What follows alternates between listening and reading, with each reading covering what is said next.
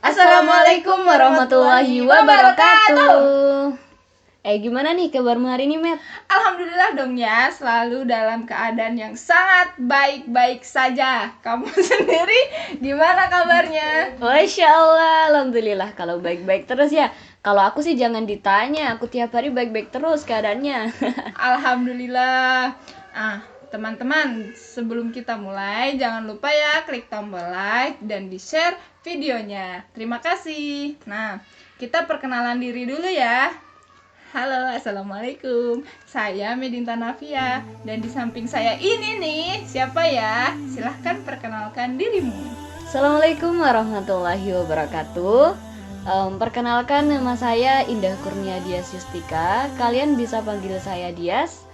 Nah, teman-teman, di sini kita berdua akan berbincang-bincang sedikit mengenai tokoh pembaharuan Islam. Disimak baik-baik ya, teman-teman. Nah, ya, langsung aja ya. Kamu pernah denger nggak tentang Rashid Ridho? Yang tokoh pembaharuan Islam itu kah, Met? Nah, iya, bener banget ya. Apa sih yang kamu ketahui tentang Rashid Ridho? Jangan-jangan kamu cuma tahu namanya aja, tapi nggak tahu sejarahnya. Enggak dong, Met, apa sih? Aku tuh tahu, tapi enggak banyak sih yang aku tahu. Jadi Rashid Ridho tuh Bentar. Sebelum membahas jauh tentang Rashid Ridho, aku mau jelasin sedikit aja ya Yas terkait alasan kenapa dilakukan pembaharuan Islam. Boleh? Boleh banget dong. Alangkah baiknya kita tahu alasannya juga kan. Nah, jadi salah satu faktor penyebab diadakannya pembaharuan Islam ini karena adanya kemunduran Islam pada masa itu. Banyaknya umat Islam yang disibukkan dengan masalah-masalah agama tanpa ingin mempelajari lebih dalam masalah pendidikan.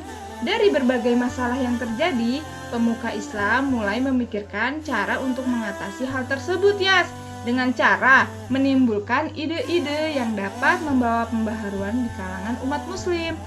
Salah satu pemuka Islam yang resah terhadap kemunduran Islam pada masa itu adalah Rashid Ridho, yang mana akan kita bahas pada kesempatan kali ini.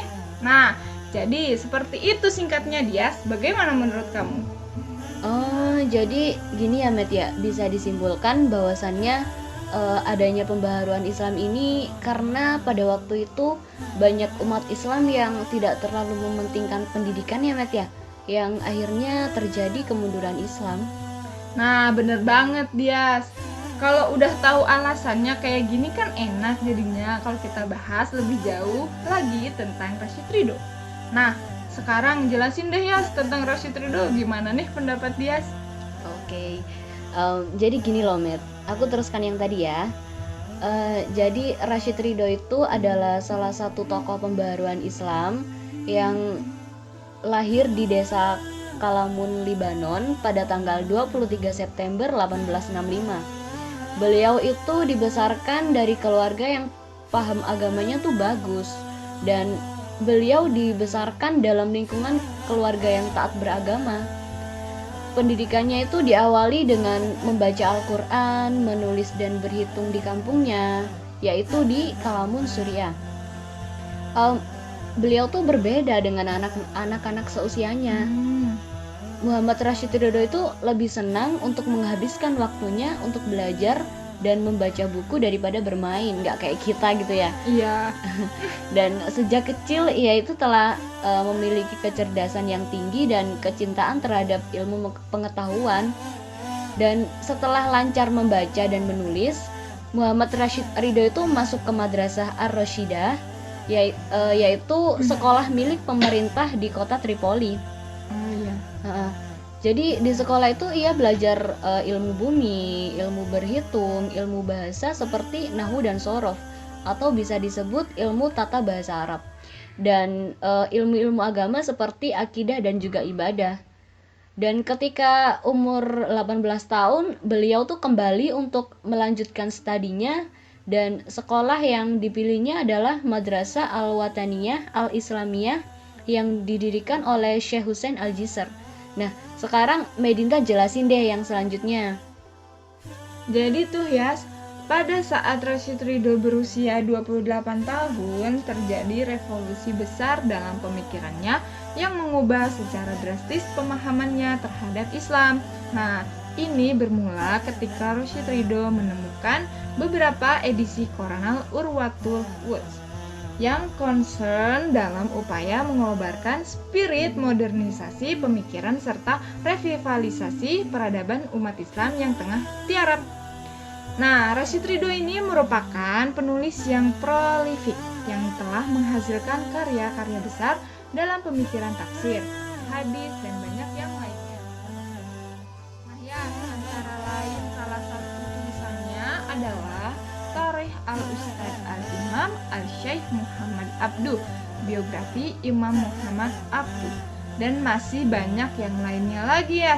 Nah, kemantapan pikiran dan idealismenya yang dicetuskan oleh Rashid Ridho telah berhasil memperkasa umat dan melahirkan golongan pembaharu yang meneruskan perjuangannya memberantas taklid, membebaskan pikiran daripada kepercayaan jelek, tahyul, dan khurafat, dan memperbaharui tekad ke arah untuk memantapkan solidaritas dan merapatkan perselisihan mazhab.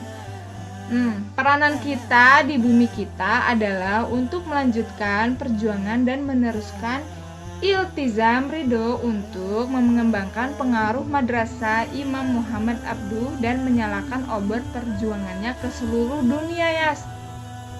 Nah, jadi seperti itu dia. Gimana, hebat kan Rashid Ridho?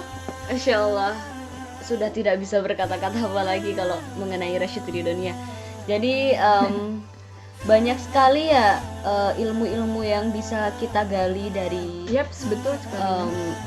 Pembahasan kita mengenai Rashid Ridho. Gimana sih Yas? Ayo.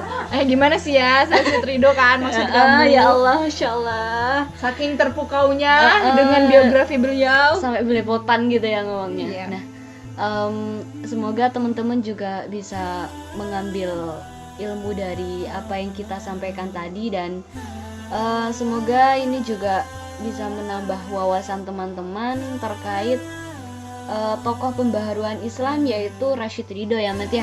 Iya, betul sekali. Nah, gimana ya? Aku bingung banget nih. Apa kita akhiri podcast kita hari ini? Iya, soalnya ini udah melebihi batas ya. Iya, benar banget, Masya Allah. Karena kalau kita lanjutkan perbincangan kita jatuhnya tidak jelas ya. Jadi teman-teman terima kasih karena sudah mendengarkan podcast kita. Jangan lupa ya teman-teman di like, di share juga. Cukup dari kami. Wassalamualaikum warahmatullahi wabarakatuh. Terima kasih.